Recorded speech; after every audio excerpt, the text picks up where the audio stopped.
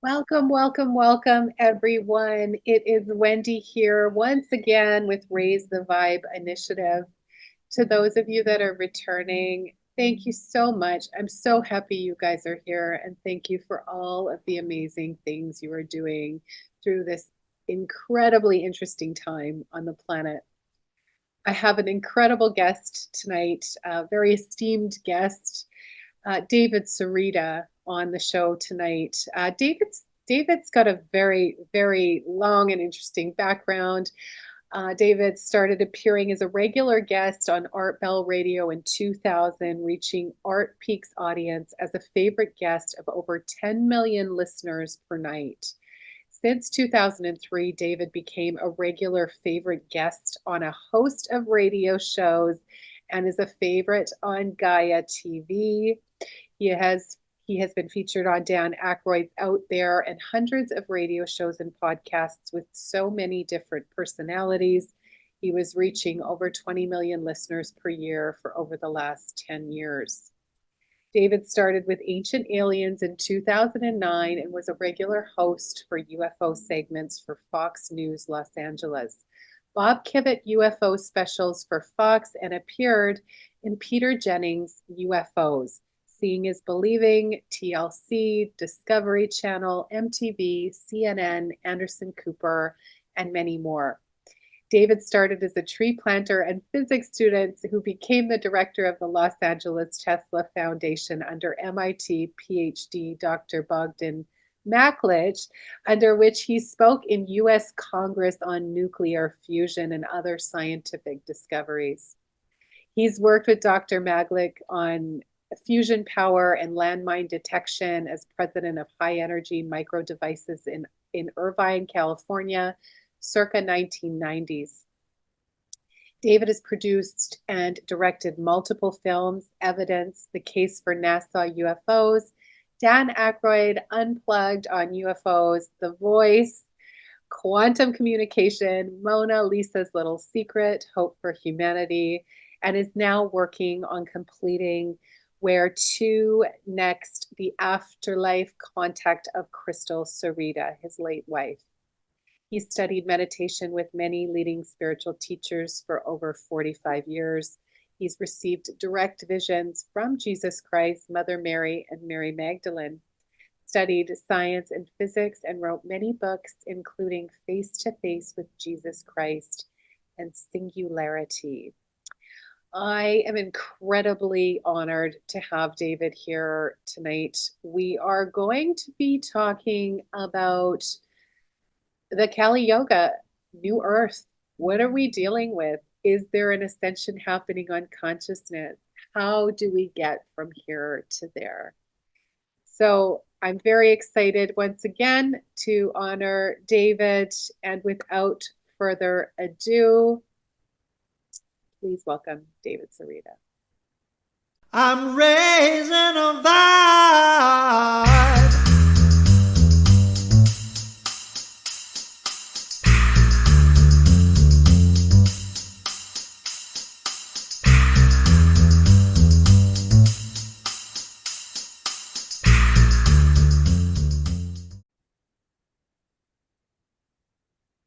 Well, hello, everybody. It is Wendy here with Raise the Vibe initiative. I am super excited tonight to introduce you all, who probably some of you already know. David Sereda's here as a guest on the show. For those of you who are coming back, thank you so much, you guys. I appreciate you so very much and the huge impact you're making in the world today. If you're new here, Raise the Vibe is all about the new consciousness, and we are going to be diving in today to creating new earth solutions for a 5D world with David. David, thank you so much for being here and hanging out on Raise the Vibe. Oh yeah, it's my pleasure to be here. I'm here to serve, It's the one thing I've really learned raising, I'm raising two daughters alone now, is that being the servant, everybody wants God to give them stuff. But the servant aspect of God is the most wonderful thing. I mean, sometimes I bring my littlest 8-year-old daughter her tea and I bow like a Japanese kimono person to her tea, and it makes her laugh so much when she sees me bow to her tea.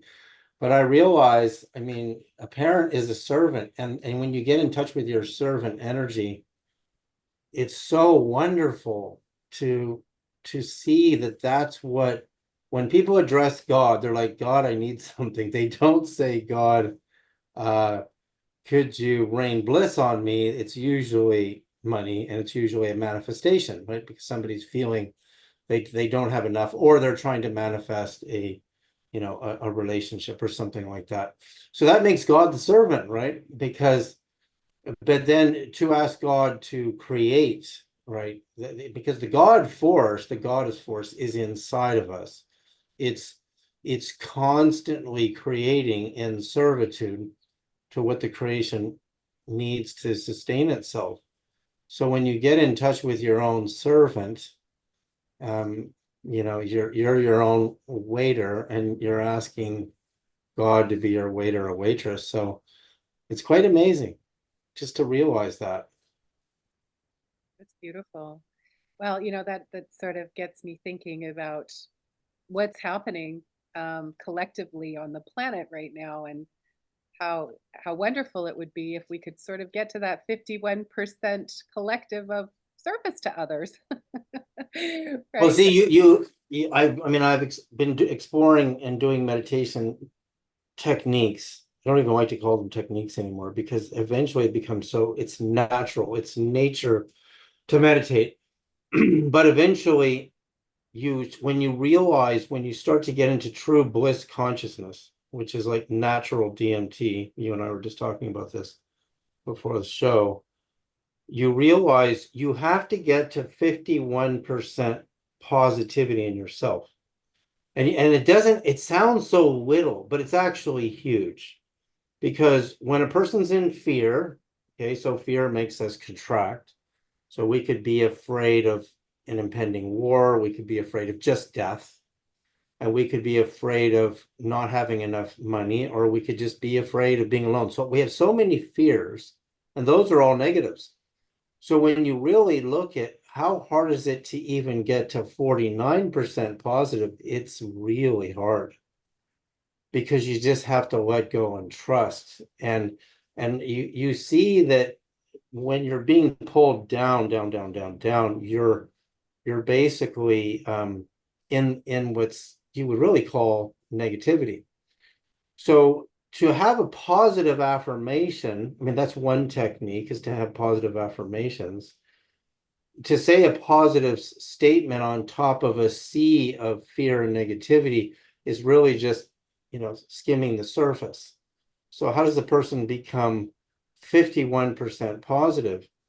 And it's really amazing how it works in yourself when you see it, because when the bliss comes, it immediately makes you positive. It makes you better in its very sight.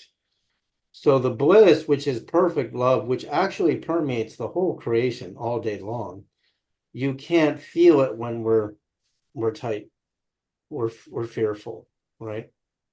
So what we say is, I need all my conditions met first, and then I'll be happy. But actually, all your conditions come when you take the leap, and you take the faith, and realizing you were actually created. The universe knew exactly what it was doing when it created you. It really did. You are a perfect creation, and you're actually sustained, whether you know it or not. You're actually sustained to be here. And if you fully lit up inside and knew that, you would reach 51, 52% positivity. And when you get into really extreme bliss states, which is, most people idea today, bliss is a pillow, or it's comfort, or it's, I feel safe, right? And humans want to feel safe, but actually the greatest saints in history stripped themselves of all the things that a human needs to be safe, because they didn't want any conditions upon what they were going to perceive, which is their own true God self nature. God is self nature. And so you don't want a condition Because if it's conditional, then if you take away the conditions, it goes away. So that means that's not real bliss, you know, feeling safe. But you can choose to feel safe even if you were homeless. You could. You could take that leap of faith and understanding that you're an infinite spiritual being, and no matter what happens on the surface, you are still that infinite spiritual being. And those people who attain this state, in fact, this started happening to me, the permanent bliss state started happening to me. When I say permanent, I just mean I can access it every single day for a certain amount of time. I'm not in that state right now, but I'm only inches away from it whenever I choose to go into it. But it becomes permanently accessible because you know exactly where it is in yourself. And from that place, you create everything in your existence. And the question is whether others want to, you know, play along and see where this wave of, so the universal goddess force has a permanent creative force. It's permanently a force called creativity and creation. So we can create our way, co-create our way out of this mess we're in. We're in this huge mess, and everybody can see it. It doesn't make any sense. The mess we're in, we actually have more resources, more food, more ability to create sustainable housing than we ever have in the history of the world. So there's actually no poverty.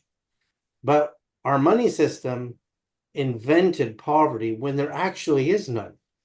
In fact, if people don't have enough money, the food will just rot. It'll just rot in the trucks and they have to throw it out because nobody can afford to buy it. But it's actually there. And there's plenty of timber in British Columbia where you and I live. There's infinite land. We're just a little bigger than France. And there's only 5.5 million people here because we make it impossible to use those resources to make people feel safe. So it's a game. So when knowing that we're in this game, we can think our way out of this. We actually can if we collectively decide to do it. And that's what's the hard part, is getting everybody on board. There's a couple of different things that come to mind when you're talking about that. I think I've heard you talk about a simulation before. Can you talk a little bit about that, how that's affecting things, or if are we actually sort of, do you believe we're living in a bit of a simulation right now? Well, it is. There's several layers of the simulation, and one is the universe I can see mathematically, because I'm a mathematician, is actually designed. It's got a design pattern to it, but it's designed in a way that I could actually create a blueprint for people, the natural way to live your life that will lead to authentic enlightenment without the radical ideas that religious teachings believed you needed to reach that supreme state of consciousness. That you don't need to be a celibate, you don't need to isolate yourself in a cave. There's natural stages in a person's life, and that's a design, right? But then the design of the physical world, and when it comes to resources and housing and clean water and the things that humans need to stay alive, what we've done now is we're the world, you could say the world elite are the designers of that. They think if we strangle everybody into these 15-minute zones, that everything you need is 15 minutes away, you'll be happy. And we'll just make sure that it's so expensive to travel. Like in Canada, it's brutal to travel. I mean, you want to go stay in a hotel, it's $600 a night plus tax, plus food, plus so you're looking at $1,000 a day with, if you have kids like I do, and then to go anywhere. And that's part of the design, because they believe the answer to global warming is stop getting people to move around. But I can think my way out of that easily. The real way is to actually relieve all debt. Debt is a fabricated myth, right? So I watched, because I helped build my house, but I watched, there were about 15 different people who worked for a few days here and there, plus the main crew that worked for 6 months on my house to build my house. So why does a mortgage have to last for 35 years for something that's already standing? So if the governments of the world really wanted to end the global warming crisis, one, you just liberate all debt. There is no debt. There actually is no debt, because the house is a positive, the food we're growing is a positive. There actually is no negative. It doesn't really exist. And once you get that, you don't need to make people create jobs that don't need to exist, to run around burning fossil fuels, to go to this job, to that job, to this job, burning all these fuels, to come up with a sum of money at the end of the month to pay for something. It's already built. It's already here. In fact, we've got buildings in our downtown cores that have been there for, getting close to 80 years, and they're still standing. So why are we still paying for it? So that's a game that we actually all agreed on, that game, and that game is a prison. It's a matrix. So it's a simulation, to answer your question, because it's, it's funny when you're watching the movie The Matrix. Neo is in his little, computer desk at home, and he opens the drawer, and there's a book called Simulation and Simulacra that he pulls out, and that's the thesis for the whole Matrix. It's a simulation, and it's a game that we agreed on, and we said the ruler of money is the ruler of society, and it doesn't matter how you make that money, even if it's absolutely criminal, like the massive fentanyl, drug, criminal organizations that are distributing death to tens of thousands to hundreds of thousands of people in different parts of the world. And why are people so willing to take it? Because when you take it, it gets you so high, because one, you don't feel fear, you don't feel pain in the body anymore, which that fear strangles the nervous system. It's very painful over time. So many people are willing to take fentanyl because they can't take it anymore. They can't take their work. They are working as hard as they can. So they're a million miles from that 51% point where the bliss begins. It begins at 51%. And then when you get to 52%, if you get to 60%, there's so much bliss. This is the irony, and I'm experiencing this. There's so much bliss, all your problems are gone. You no longer buy into the matrix and to the game and the fear. You realize you don't really need anything. You don't need materialism hardly at all. You need a cabin, you need a place to live. But actually, if I could transfer this bliss to another person who is in a suffering, then that person would suddenly realize everything that I'm obeying is a lie, because if I attain all the things that the matrix and the simulation tells me I need to be happy, I'm still not going to be happy, because you can see it. You can see the people with even billions of dollars, they don't have bliss. They don't have bliss consciousness. They rarely really fall in love with another human being, because their egos are enormous, and so they can't love somebody else. And they actually are counterproductive to what the matrix is telling them. If you have all this money, you're the king or the queen of the hill. But when you get the bliss, it conquers everything. It conquers the pain of, for me, losing my wife, who died, almost 3 years ago. The pain of the loneliness of that. Every single thing I feel as a human being is gone. All problems are solved. It doesn't even matter if I don't have nice clothes to wear, or I lose my teeth. If I have that bliss, I've solved all problems, conquered all problems. And when I was a young man, actually I did a lot of jobs when I was young in British Columbia. I went to high school in Vancouver. Before that, I grew up in California as a kid, in San Francisco, and all over the Bay Area, in a little town called Modesto. And then we came to Vancouver, and my dad, immediately got us into meditation and yoga and gurus, because he was this hippie psychologist who got his PhD at Berkeley. And he was convinced from these openings that he had with these gurus that this was it. This was the meaning of life is you have to get this bliss, and more than anything else. In fact, it's almost like an emergency. You have to get this first. And from that perspective, once you're in that state, you see the real universe. You see the simulation, which is the matrix. It actually has a fabric, and it manipulates everybody through fear.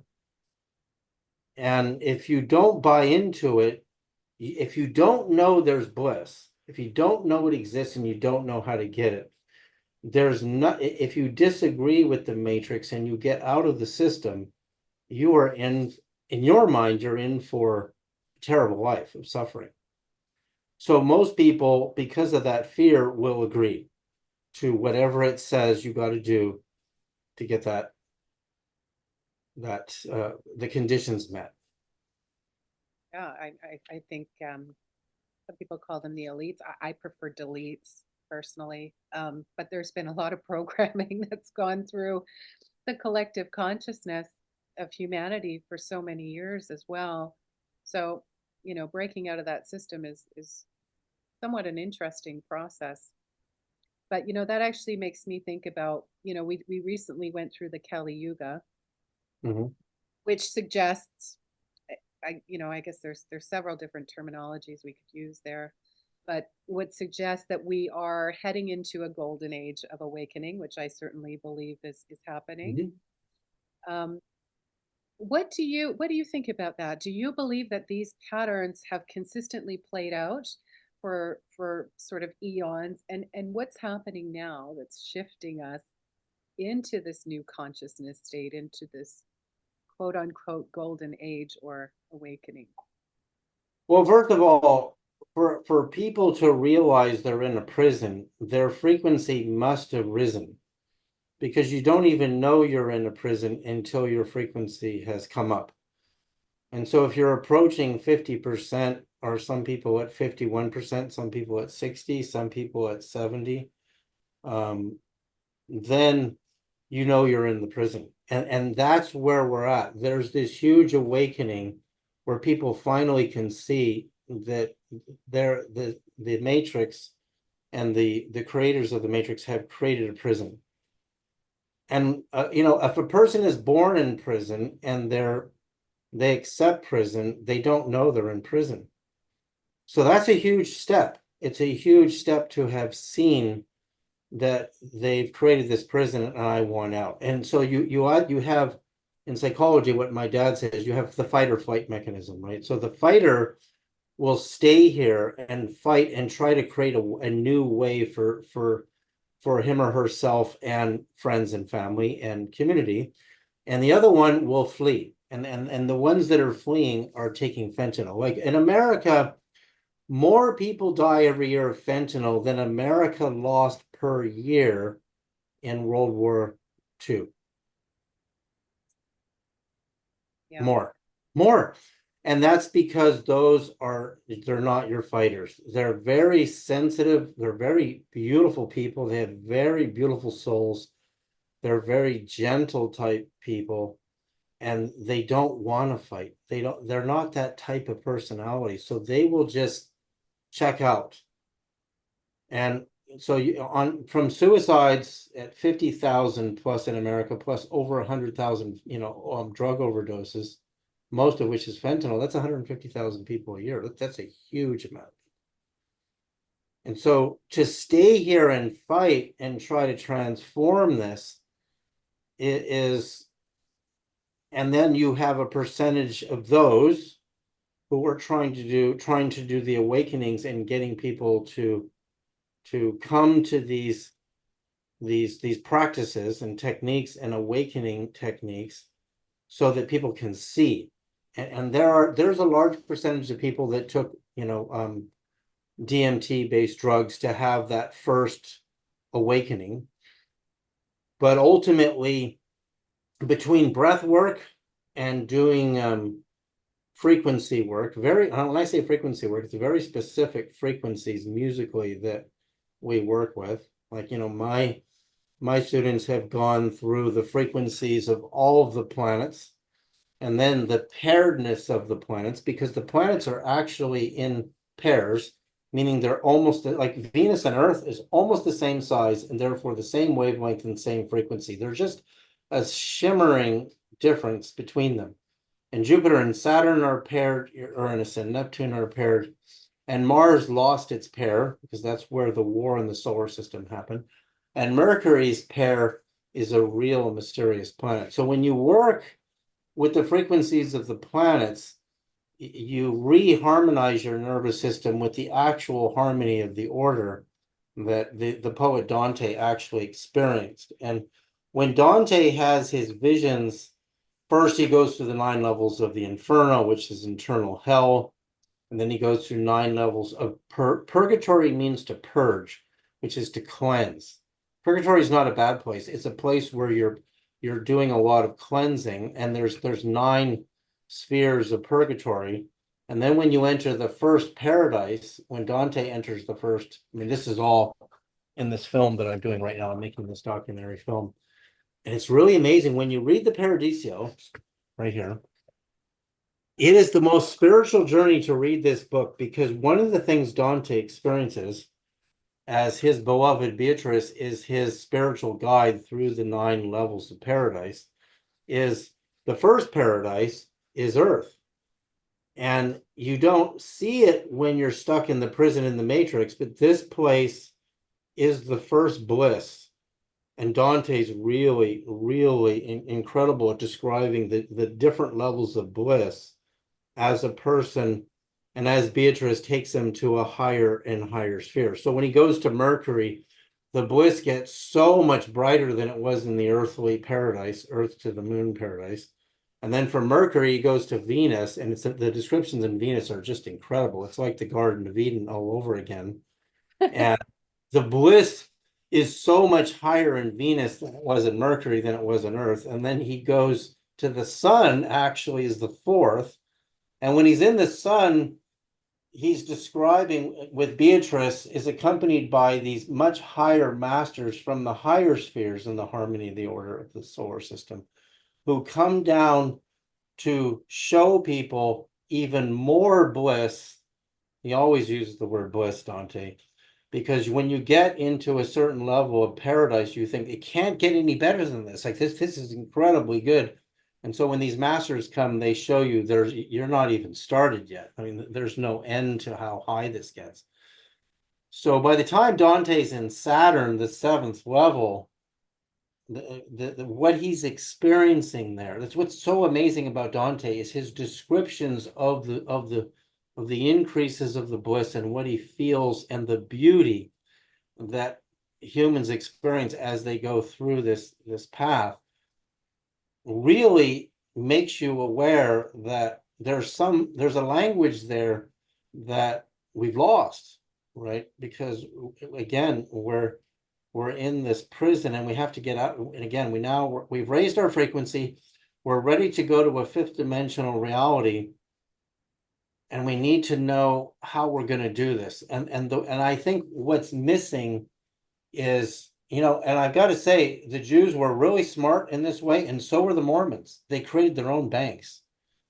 And they kept their money, which is your Shakti, is your life force energy, in a network that served them. So you go to Utah and you see Salt Lake City and you see the Bank of Zion, and they all put their money in that bank instead of the Bank of America and Wells Fargo. And that bank serves the network of everything they build. And Salt Lake City is a gorgeous city. I mean, it's a Mormon city, but the model works, right? So when we're not spending our money inside of our own movement to take this planet to a higher level, we're throwing it away. And we're on the physical manifestation level, we're giving our power away. So that's the first thing we have to do, is start supporting each other's projects financially. And that can be a tiny bit of money, like the amount of a cup of coffee, right? And if everybody does it, then those projects will grow. And then you start to have a physical solid base to work with. That has to happen first. Economic democracy. Yes.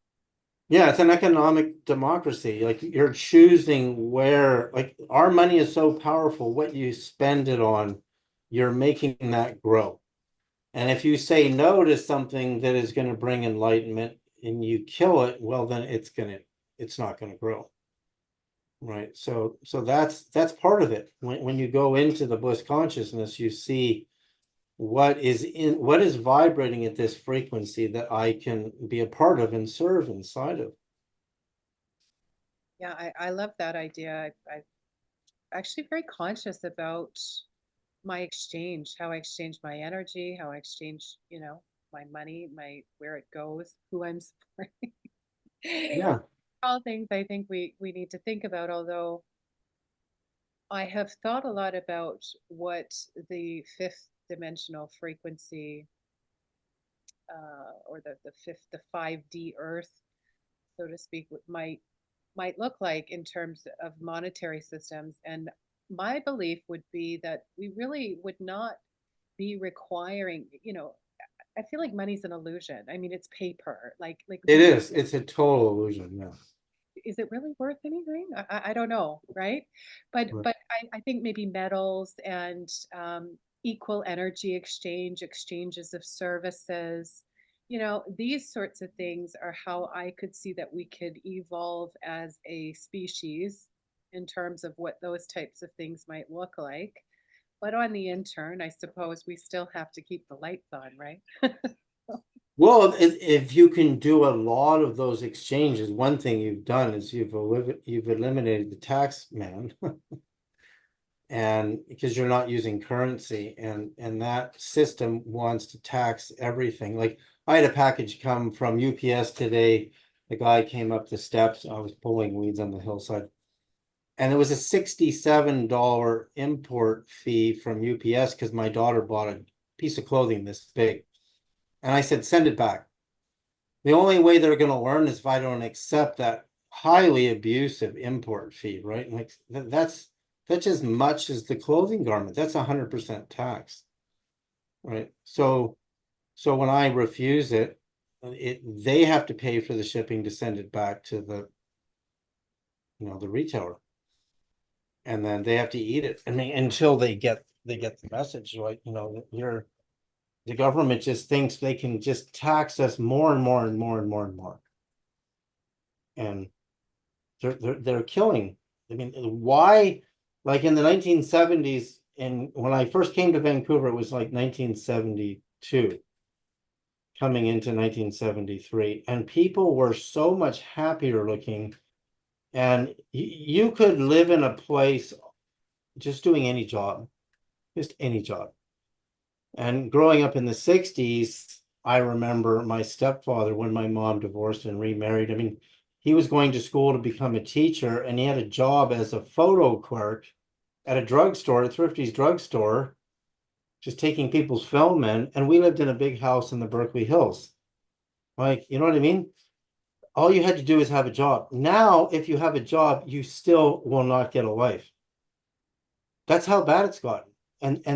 And that's why when people reach burnout on the fear, they get more addicted to the drugs and the fentanyls and the opioids, the other opioids, and then they lose their life because the fear is actually the real problem. So the government thinks, well, we just need to give them a safe drug supply so that another drug company can make some more money off another drug, instead of making them feel rewarded for their job they're doing every day, so they actually get a roof over their head and food, right? And everything you need, which we've taken that away. Yeah, they've certainly made it very, very challenging. But I think the upside of that is when we can start seeing all this constriction, the only way out of it is expansion. Yeah. See, that's what I mean. You'll have your fight and your flight. So your fighters will expand, and you have to, in a way, get more into money, in a sense, so that you can sustain yourself and be free, and not be ashamed of it, right? It's like money's just energy. So it's somebody's just transferring energy to somebody else. right? That's all it is. So you just have to see it that way. You see it as pure energy, and you have to kind of get into it. You know, I made this little video of my 8-year-old daughter yesterday, and I sent it to everybody. She's selling her slime. Kids buy this slime, and she put sprinkles in it and made it nicer and repackaged it. And she's telling everybody that she's selling it for $20 and she paid $7 for it. It's just teaching them, you know, the process of economics, right, at a very young age. I mean, it's just energy. She's just saying money has to keep moving. If it stays stagnant, the whole thing dies. So if everybody freaks out because they think there's a nuclear war and they don't spend their money, actually, we all die because nobody will support anybody's businesses. And then everybody just collapses. The energy flowing. It's that fear again, right? It's the fear. So on that, we talk about the fear by vibration being very restrictive. And I'm certain there are many people that are dealing with that at this point in time. However, I'm seeing something quite the opposite. Yeah, what do you think? Well, I would say that I am seeing a lot of expansion. I'm seeing a lot of people that are really starting to come into their higher um, aspects that, they're thinking more in a unity consciousness, so to speak, and really coming into a space of all of these things that happen in the higher sort of dimensional realms, or in the heart frequency. So I do believe it is here. I do believe that there are many of us here that are co-creating something quite beautiful. And so I guess my question to you is, for the folks that may be watching, if we are in fear, or if we know someone who's in fear, or if we're confused by all this stuff that's going on, because it's got to be crazy, right? What do we do? What do we do to raise our vibration? How does that work? Well, see, you have two choices. One, which is the lie, is to wait till all the conditions are met and then tell yourself you'll be happy. And that's the lie. And the other one is to do the practices now that actually tune. And again, my systems, I mean, I have coil systems, staffs, wands, frequency beds that transmit sacred geometry patterns and frequencies and activated gem, ruby energy, sapphire, amethyst energy into the nervous system, so that a person who does these practices, co-joined with a real authentic intention of breath work and sitting in meditation, that they'll assist that person into having their own natural psychedelic opening experiences and even creative insight abilities that they didn't prior to this experience. So when you do proper frequencies, like there's so many ideas, when you hear the word frequency, like what do you think? Like what's the first thing that comes to your mind? When I think frequency, I'm thinking tonality, harmony, sort of all of these things combined, I guess. No? Yeah, there you go. So tonality, right? So the ancient Christians and early Egyptians used a sacred vowel toning practices at very precise pitches. Then those pitches could only be ordained by a toning master who knew perfect pitch. And the ancient Greeks and the Pythagoreans did the same thing with using musical instruments at perfect pitch. They would then lead a chorus of voices to train their voices to move through these pitches, octave shifts inside of themselves with their voices. And actually, and this was in the Pistis Sophia, you see, which is an ancient Christian manuscript, where you see descriptions of the first coils that were made of metals. They carved the flower of light patterns into a marble slab, and they pour the molten metals into the pattern, and when it dries, they would lift it out, and they would have that's where the first coils began. And there's actual descriptions of this, so that you see they weren't just carving flower of life in marble. That was actually the mold. And then they would pour the molten metals in that. So that when you had a coil that was properly tuned in a living space or in a temple, and then you did the vocal work in perfect pitch to the harmony of the order of each one of the spheres, the planets in our system, your nervous system could vibrate at the level of Venus and Mercury and so on. And you do that as a ritual. So you do it every day.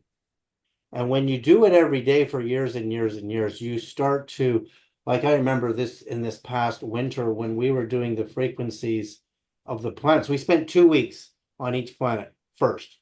So you spend 2 weeks on the sun, 2 weeks on Mercury, and that's every day. So you hear the frequencies with headphones in the ears, and then you match it with your voice.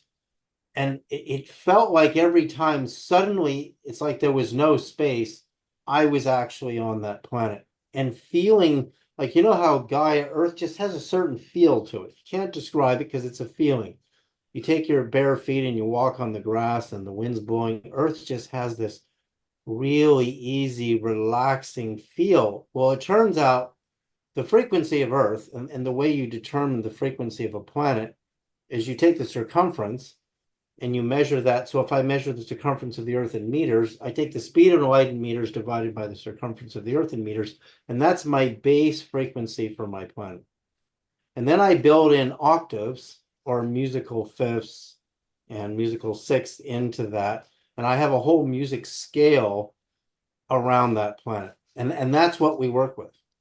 So it's done mathematically. And then Earth's frequency see, there's two frequencies on Earth. A lot of people think of the Tesla Schumann 7.83 hertz, the fundamental wave of Earth, which is equal to where we start dreaming. We dream in the theta part of the brain, and 7.83 hertz is the upper theta part of the brain. So we dream at the frequency of Earth. That's just incredible in itself, because dreaming is creativity, right?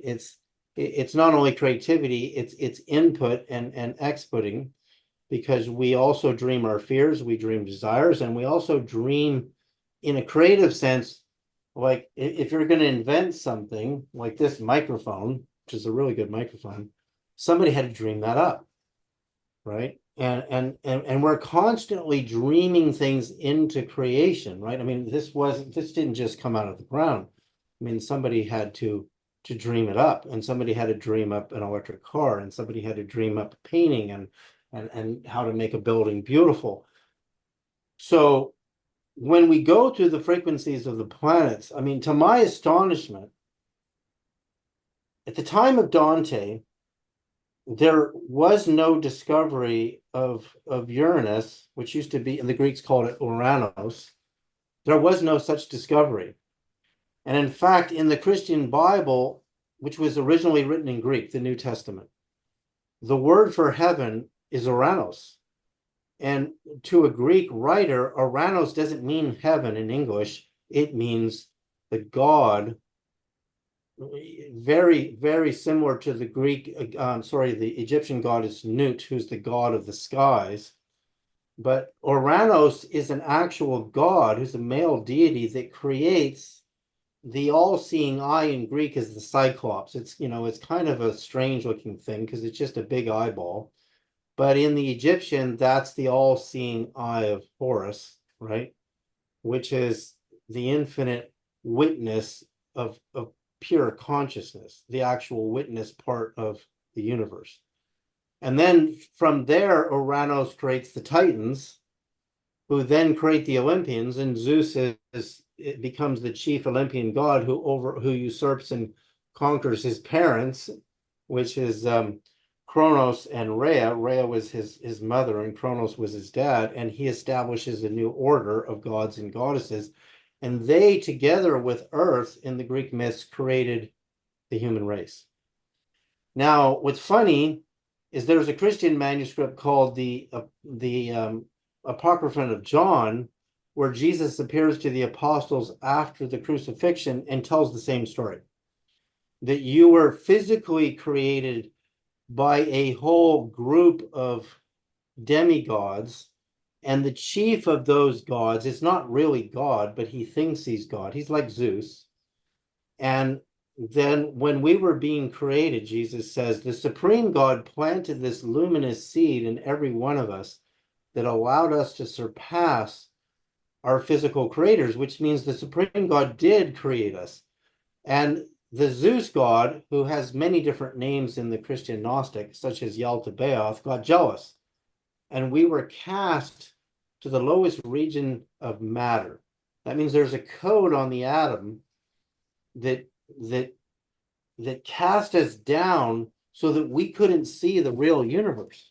And we would appear to be the only people in the universe when you look through the telescopes. But what Dante found is all the planets are inhabited, but we can't see that because this code would eventually be unraveled, because Jesus tells John that this luminous seed, which in Greek is called epinoia, was planted in you, and when you awaken it, you will surpass the demigods and goddesses who created you. And this myth is Babylonian and Sumerian. Zechariah Sitchin and all his work showed the same thing, that we were physically created by these demigods. Jesus is saying the same thing, so the church threw that out. Like, we can't have that because that's a Babylonian Sumerian myth. And why is Jesus telling the Apostle John the same story? But it's a very powerful story, because this seed of enlightenment, epinoia, is exactly what awakens when you do the frequency work and the meditative work, and then you suddenly become awakened and you rise higher than the prison. So then you're in prison at least, and then eventually you get out of prison. You get out. And then we've attained our goal. We've reached the enlightenment that has this series of higher and higher harmonic spheres to it that we attain. So what do you think? Do you think we're going to hit this in our lifetime? Do you think we're going to see? Oh, many of us will. I mean, many of us are and will. Now this is where it gets really interesting, because, and this is in my movie that I'll be releasing by late September, the first part of it, which is based on afterlife conversations. Well, afterlife codes that my wife gave me since she died. I mean, it's really incredible what she's done, because she's confirmed Dante, but she did it mathematically. And what happens to Dante is when he reaches the 8th sphere, so that would be the equivalent of Uranus, which is the word for heaven. We named this greenish blue planet Uranus, and in Dante's time it didn't exist. And when Dante's there, he sees another planet which he calls a sapphire planet, which is in the Paradiso. I have it bookmarked here, which would be Neptune. And this is what's interesting, because it doesn't end there. Because when he gets to the top, Beatrice shows him, and God shows him, there's 9 more even higher planets above the 9 that we know. And that's counting the sun too, right? And those planets, he is shown, are governed and maintained by the 9 levels of the angels. So now we know what the 9 levels of the angels are. They all have access to these extremely blissful, beautiful planets that are above. So when you read, I'll actually quote this, the book of Isaiah. Now this is really, really incredible when you see what's about to happen in this 5th dimensional leap. This is all going to be in my movie. You see, in 2 Peter 3:13, it says, nevertheless, we, according to his promise, look for new heavens. That means new planets, and a new earth, in which righteousness dwells. And in the book of Revelation, it says, and now I saw a new heaven and a new earth, for the first heaven and the first earth had passed away. But it's actually heavens, plural, meaning planets. And these planets were actually prophesied by the prophet Isaiah. In 65:17, it says, for behold, I create new heavens and a new earth. and the former shall not be remembered or come to mind. So what's actually going to happen is these upper nine spheres that the angels are creating with God. You got these beautiful angel wings behind you. You look like an angel, exactly, because you know I'm talking about angels. And there you are with your angel wings behind you and your radiant face. So there you go. So they are actually preparing them for us. And then the prophecy said these lower planets will heat up. And we now have evidence that all the planets are heating up in the solar system. And life will no longer continue here. Remember, we were cast to the lowest region of matter. I know the orbits of these upper nine planets, how many days it takes them to go around the sun. And one of them lines up perfectly with the miracle of the sun at Fatima, which caused all the psychedelic colors and the spinning sun to appear to the villagers in 1917, October 13th in Fatima, Portugal. That was actually one of the upper nine planets. I know its exact orbit. It's all going to be in my film. So I know when it's coming again. I know when it will be here again. And it's really soon. When I did the calculations this past week, I had to like slap myself in the face and say, I can't tell people this because it's sooner than you can possibly imagine when this planet will be here again and we will see it. I'm not going to give the date out yet because it's almost shocking me that it could be that soon. So, and there's this astrophysicist giving this lecture. There's all this evidence that NASA and the Vatican knows there's something big coming that's really, really big that's coming, but they're not telling us what it is. And the world leaders know about it and they're upset about it. This big event is coming. And what's really going to come is this planet will come back into alignment with Earth and it will interact with us with a very high order of the harmony of the angels. And that's the moment that the transformation will begin. And so that's when this film comes out, it's so well illustrated with special effects and planets. I mean, people are really going to get it. But the way to get there is internally by doing the frequencies. So once you've done the frequencies of the existing planets, then you're ready to do the frequencies of the higher order. Dante experienced this in the 14th century, and it's so detailed in here. I mean, T.S. Eliot said the world is divided by two poets only, Shakespeare and Dante.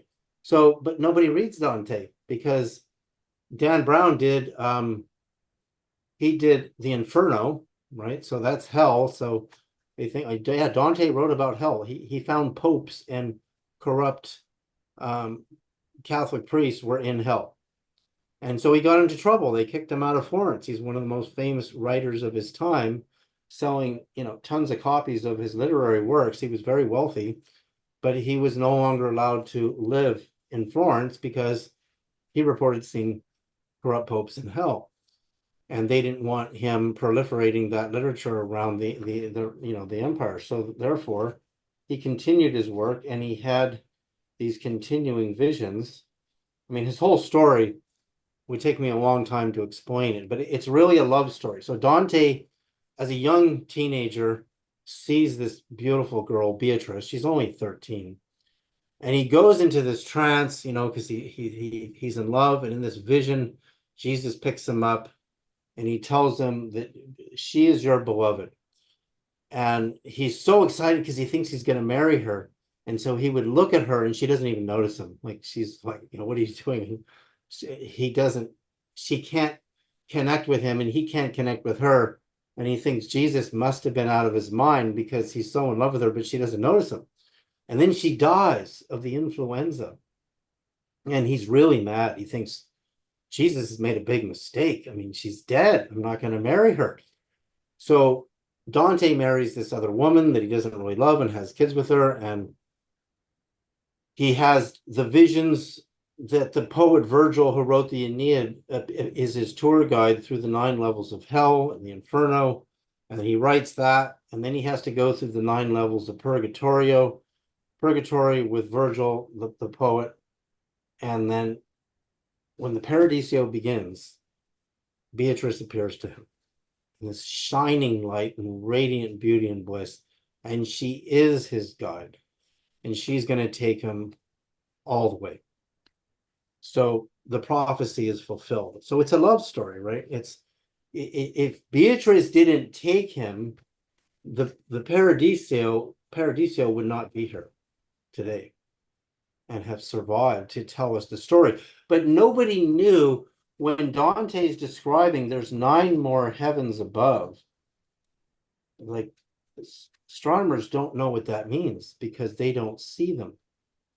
And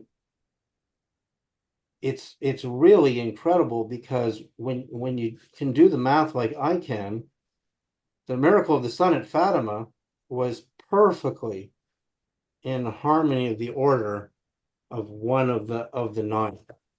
And I know which one it is, and I know when it's coming back. So I'm very excited about this because when astronomers rejected 60,000 villagers who saw the sun do this actual thing where it was spinning really fast and shedding out all these colors, Dante describes the same thing. When he sees the upper 9 heavens, they spin really fast. So why is what he saw the same as what 60,000 villagers saw? But this is a vision. What they saw was in the physical, right? And the astronomers say that those 60,000 people are crazy because there is no other planet in the solar system. But there is. And now also the news has broken in mainstream news that there is another huge planet beyond Pluto, and they know it's there now. It's been on every news channel in the world. Yeah, we watch the news. I missed that. Oh, I'll send the articles on that one. So again, the ancient Sumerian stone tablets talk about a planet called Nibiru with an orbit of 3,600 years, which is one of the home planets of the great gods and goddesses. Yeah, and I know that orbit fits in perfectly with the mathematical formula that my wife Crystal gave me from the other side. It fits in perfectly. Oh, I'd like And actually that's a whole nother show because I'd really like to but know. yeah, Nibiru is a whole other show. So when you see the mathematical formula shows the orbits of all the known planets, including Nibiru, it's 99.2% accurate. It's phenomenal accuracy. And then you see the math reveals the upper 9 angelic planets that Dante saw. You go, wow. I mean, the solar system is hiding, and the way it hides it is incredible. But yet Fatima really happened. There really was an alignment between the sun and Earth.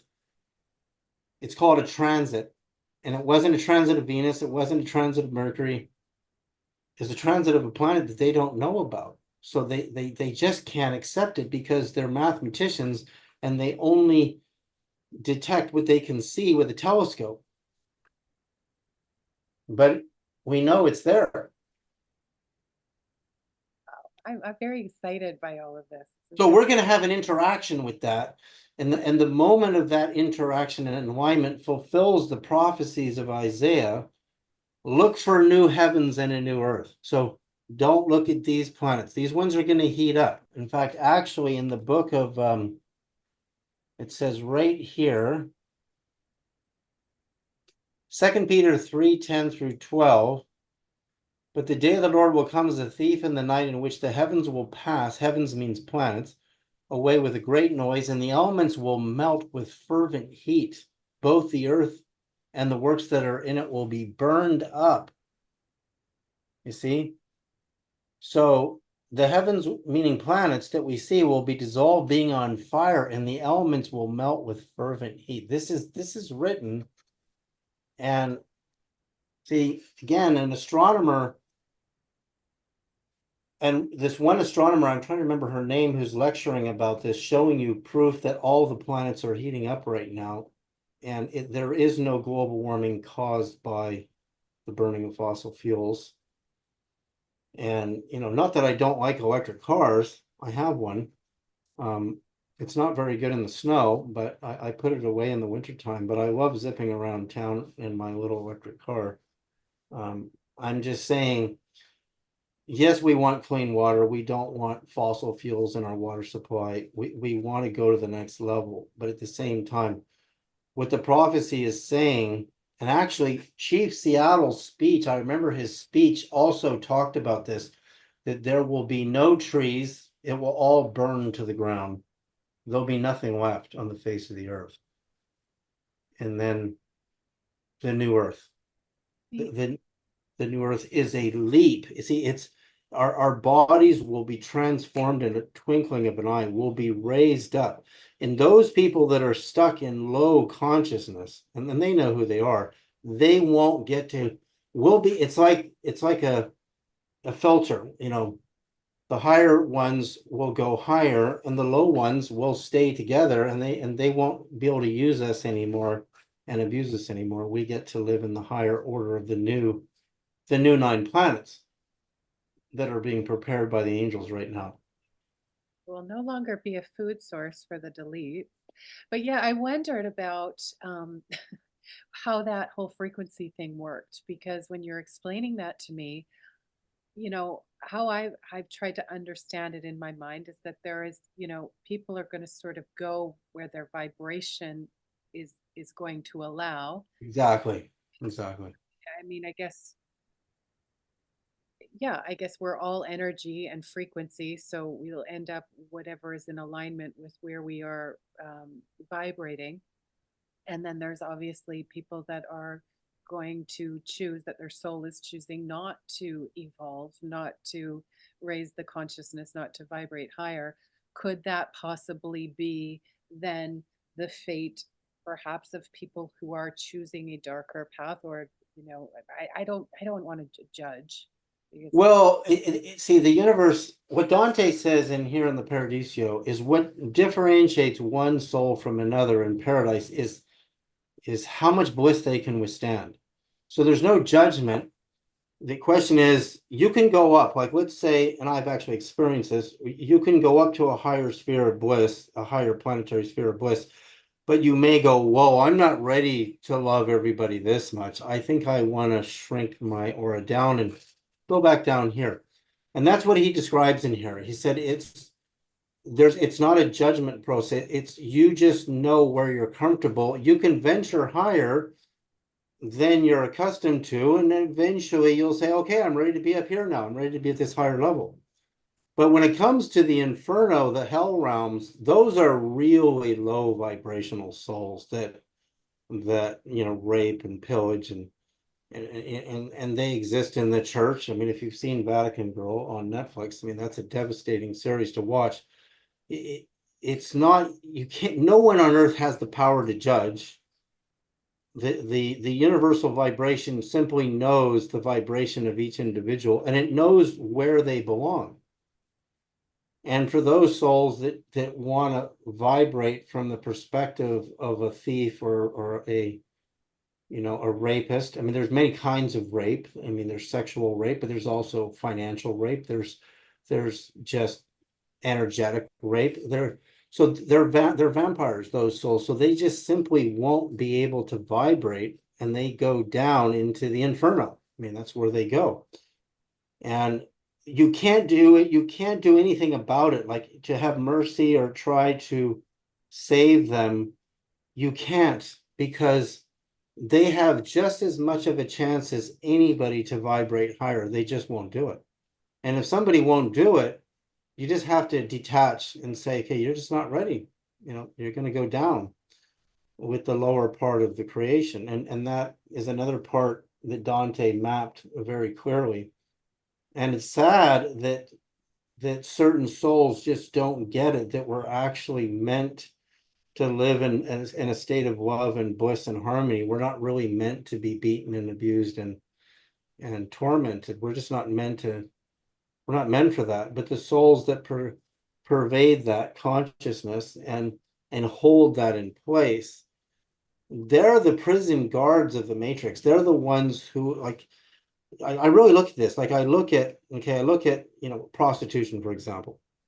What forces what external forces causes a person to feel they need to do that to make money? Well, it's because one, there aren't enough really good jobs. There really aren't. And two, the matrix says you have to make money or you starve. And three, they they seem to prey on certain, human beings that are attractive, and they kind of force them into those worlds where they want them, and they get stuck there. Does that mean that if a person is a prostitute, they're going to go to hell? No way. Not at all. It's really where you're ready to vibrate. In fact, a person can leave darkness just like that. They can take that leap and they can leave it just like that. It's really where a person wants to stay in their vibration more than how did they get oppressed to the point that they got into those kind of situations. I mean, a person can be relieved of that just like that. I mean, when Jesus forgives the prostitute, who was not Mary Magdalene, by the way, was another Mary, which is a very common name in the empire. She's relieved right away, just like that. There is no more vibration of that anymore for that person because they left it. They raised their vibration. Forgiveness happens the second you decide to vibrate higher than the lower vibration. So nobody's really infinitely stuck anywhere. It's really a choice. All right. So that's part of the work, is getting people to come up and to come out and to know that they can sustain and exist in a higher vibration right here, right now. I mean, when this event happens, I hope it happens while I'm still alive. I don't know for certain because there's several levels of this event, and a lot of people are talking about it. A lot of psychics are getting messages about it. I was just seeing something on TikTok where this woman was presenting exactly what I'm saying. There's an event coming and the world leaders know about it. And I'm like, how does this person know this? Because I can do the math and tell you within an accuracy of a few years, it's really soon. Peter Lemsurier, who wrote The Great Pyramid Decoded, mathematically predicts that 2025 is going to be the total collapse of material civilization.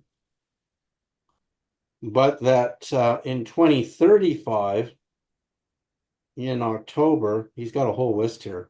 And these are not psychic numbers. These are all done mathematically with a pyramid inch in the measurements of the Great Pyramid going up the ascending passage.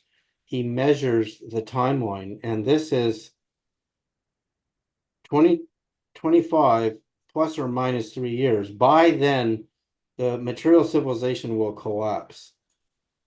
2025 plus or minus 3 years, partial reestablishment of civilized societies. 2034, which is 10 years from now, appearance in the sky of the sign of the Messiah's return. Now that's the event that is it's not a person floating in the sky, it's the planet. So his calculation is 10 years away. Mine's much sooner than that. Okay. Because I know its actual orbit. Well, that's not very far, right? So whether my calculation's right or his is right, I'm not attached. I could be wrong. That's why I replay the calculations over and over again. But still, that's not very far, 10 more years. Oh. The incarnation of the messianic return, which is really an avatar of the Supreme Being, is 2039.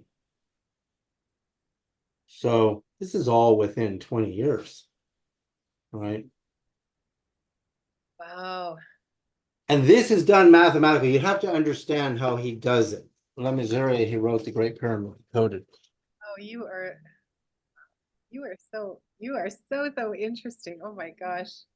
We all want this to happen. We all want the evil to end. We all work. We all love to work, but when we're not rewarded for what we do to be given a life, like I was saying, in the 60s, my stepfather had a basic job at a drugstore, and we're living in a house in the Berkeley Hills, and we've got food and we've got bedrooms and we've got running water. And you can't do that anymore. No, in fact, we've destroyed lives for young people. Like if you look at the birth rate in Canada and the United States, so 1959 to 1980, it just fell off a cliff. So right when I got out of high school, 79, the birth rate was already tanked. And that means housing and affordability tanked, which is why the birth rate tanked. And then from 1980 to today, it slowly went down, down, down, down, down. That's economics. But that's also human relationships. That means people weren't getting together and falling in love because there was nowhere for them to live properly, to have kids. They destroyed it. But it was done by 1980, most of it, and then it got worse and worse and worse from 1980 to today. It still went down, down, down, down. And that's why our countries are importing so many immigrants, because it's too expensive to raise babies here. I mean, did you have kids in your life, or I don't know? I have two children. Yes, and they're very expensive. How old are your kids? I have I've got a 15-year-old girl and a 12-year-old boy. Good. Well, you're right where I am. I have a almost 14-year-old daughter and then almost 9-year-old daughter. So yeah, it's I mean, it's the love of my life, but it's also it's it's a lot of work. Certainly is. Yeah. But Yeah. at at the same sense. But certainly the things cannot continue in the way that they are. So I feel like the changes, I feel like it's sooner than we think. I want this event to happen. Like I remember meeting this guy at a UFO conference, Giorgio Bongiovanni. This is so many years ago. This is like 20 something years ago. And we were coming up to 2012, and he was having visions of Christ, and he was bleeding with stigmata. He had a very Italian gentleman, very, very sincere, man. And he said in 2012 the event was going to happen, and there would be enlightened masters from all the religions returning to Earth in these motherships. And I was like, great, I only have to wait till 2012, and it didn't happen. I feel like 2012 was a big year though. I feel like for many it was when they woke up. So Yeah, it was a big shift, and we set ourselves up for it to be a big shift too. I had profound visions in 2012, a huge vision, spiritual visions. And I met Christ the first time in 1994, then on Easter morning 97, then 99, and then I started having visions of the Mother Mary. And when you see beings like that, I mean, there's so much love. You're falling on your face, crying like a kid, and you realize how much love is in God, and God consciousness is so enormous that it's not like just a visual experience. It hits you so hard. And I wrote a book about it, and my publisher stole the book from me, and it's still on Amazon to this day, Face to Face with Jesus Christ. And then those visions continued in different capacities. And then when my wife died in August 9th of 2021, she would be my Beatrice. I mean, she would give me the codes to decode the whole solar system. And when I was doing it, I said, there's 9 more planets. I mean, no one's going to believe that there's 9 more planets. So I was guided to read the Paradiso again. And that's when I found my answer. There it is. I'll show you the page. Allura, I'm still,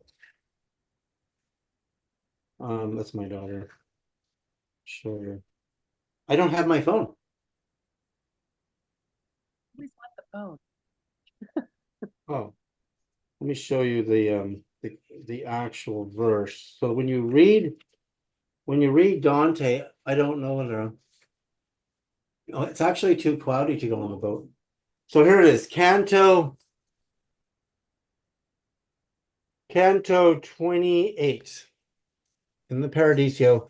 And John Chiardi is really the most brilliant translator because Chiardi actually had some of these visions himself. And it starts out, Dante turns from Beatrice and beholds a vision of God as non-dimensional point of light with 9 more glowing spheres representing the angelic hierarchy. That's the abstract. That's not actually Dante's words. And therefore, from there, he goes and he describes each one in accordance with the known 9 levels of the angels. So I'll show you really quick here what those are. So the first level of the is our regular angels. Hierarchy of the angels. Here we go. Let me just, there they are. Maybe I can I share a screen here? Should be able to. Let me check.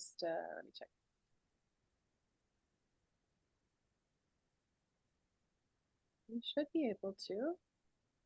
It says host disabled participant screen sharing. Did it just come on? Yeah, there we go. Okay, so look at this. So what Dante is saying is each one of these, starting from the bottom, angels would be the furthest outmost. I'll actually show you the map based on my wife's formula. So the first level of heaven is angels. Those are our personal angels. So every one of us can have a personal guardian angel. I fired mine in 1994. And I said, I want to speak to whoever's in charge. And then I got to meet Jesus in person the first time, only months later, because I said they were messing up my life. So second is archangels like Archangel Gabriel and Michael. Principalities, they're messenger angels. Powers, angels, they're also, it actually has their functions in here. And then virtues and dominions is 6. And that's where my wife is. They maintain the orbits of the spheres, the planets and the stars. And what's amazing is knowing that the number 591 that my wife gave me is the 6th level of heaven's orbit for the angels. She actually wrote in a note before she took her life that she was a high angel, and that's exactly what she was, and that the messages she sent back were the orbits of all of the angelic spheres as well as the visible. And then the thrones is the 7th, and this is the one that lines up with the miracle of the sun at Fatima. Thrones, which are exactly that. They're giant wheeled craft, like in Ezekiel. And so when this event occurs, and in fact, it's this planet that will align. It's the 7th one that will align on this certain date that is coming. And their wheeled craft that will transport them to and from the Earth for this event will be fully visible. Not only will the planet be visible, but the craft will be. And then cherubim, of course, we know, and seraphim are the highest angels, is the 9th. And so what the map looks like, I've shown this on multiple platforms before. And so we go here. So I'm going to share screen again.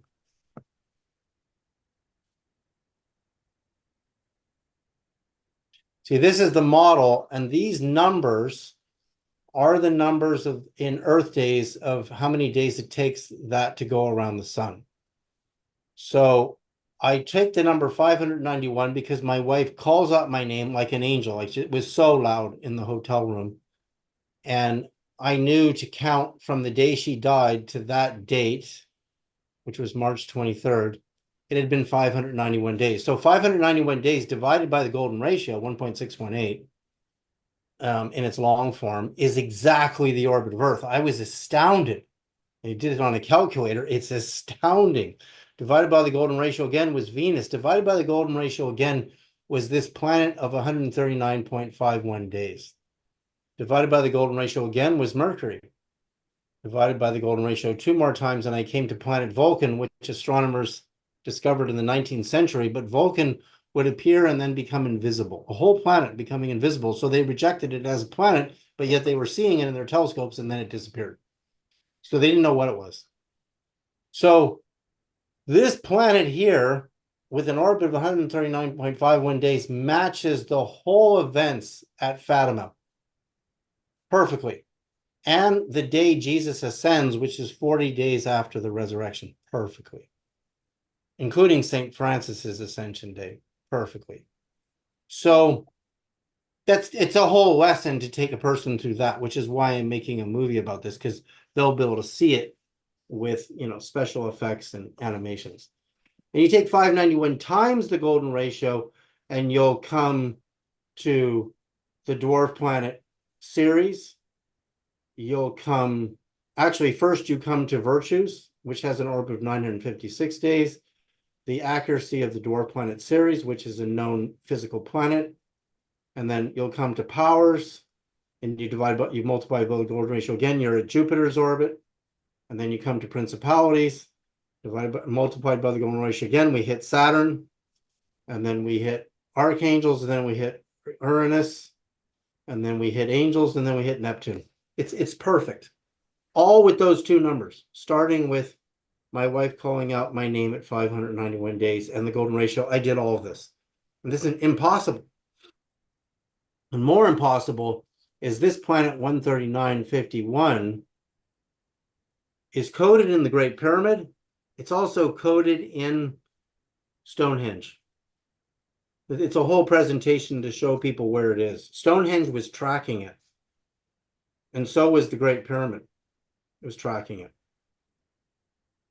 So it's all here. I believe these upper angelic planets, which are the new planets, that both Jesus spoke of in the New Testament and the prophet Isaiah in the Old Testament, who says to look for new heavens and a new earth. These are being created and prepared by the angels for our next evolution. And that's why doing the frequency work individually on humans is preparing you. It's lighting the candle. And for people who, who really are ready to get out of the swamp and raise their vibration, they need to do the work on themselves. They need to do it. They can't just sit there and have it happen. Because one of the things that's really difficult for me to accept is that belief alone is enough to raise a person's vibration so that they can, like, this is what Dante talks about in here, is you have to be able to withstand the bliss to live in these higher spheres. If you can't stand to be that high and full of love, you will reject yourself. You'll judge yourself and say, I'm not ready for this. I could say I theoretically believe, but am I really ready to feel it every day is a different question, right? There, you almost have to go through hell because you have to face all of that stuff inside that many of us don't want to look at. So that's a whole nother. Oh yeah, you got to go through hell. I mean, I've been through hell. Yeah, I mean, yeah. Yeah, and Dante went through hell, and he went through purging, cleansing, and then he finally gets to paradise, right? So it's a work. We have to go through our own hell. We have to see what doesn't work. We really do. So for some reason, we really screw up our lives once in a while because we need to experience what doesn't work so we can say, you know what, it doesn't work. It's the contrast of what we do want, right? Yeah. Oh, David, what an honor to have you. You're amazing. I'm buzzing. I wish I could Good. go a little bit longer with you tonight. But Well, we could do a part two. My daughter's bugging me to go swimming, but oh, we that would could do a part two because there's so much more. I mean, when I'm ready to release the film, then we could do kind of a release opening of it. I'd oh, like a whole bunch of people to see it and then bring people in for questions, after they've seen it. I would love to be a part of that in any way. I'm very excited about your film. Very, very excited. You Yeah, said I'll show you the first 30 minutes of it soon. I'll send you a link. that would be great. Yeah, I'm buzzing. I'm on fire. It's amazing. Very, very exciting stuff. And thank you for hanging out. Oh, thank you for having me. It's great to be here. It's so nice to, I think you're the first, one of the first people in British Columbia that has interviewed me. Yeah, we're nice and close. So hopefully I'll get to meet you in person at some point. Yeah, if you can come out to Nelson ever. Yeah, yeah, I that would be really neat. I'd love to see some of the stuff you've got. Sounds like you've got quite the Oh yeah, there's a lot here. I mean, there. I've got Cool. a giant coil on my guest cabin, and I have my cube back here, staffs and scepters and wands. I mean, there's a lot here. You could try some of the frequencies through these systems, when you get a chance to come out here. Oh, so cool. And your kids too, and your husband or whatever your ability is to travel, like to come out here. Well, I guess I just got to get in the car and turn the key. Yeah, that's all you gotta do. Yeah. Oh, well, thank you so much. And I'm definitely Okay. take you up on that. So, yes, if you'd be willing, I would love to have a part two. Yeah, let's talk. So you should get my phone number from my assistant, and then we can have another conversation about how to do stuff. Okay, that sounds amazing. Okay, have a great day. Yeah, you too. Thanks, David, and thanks everyone for watching. We'll see you next. Okay, take care.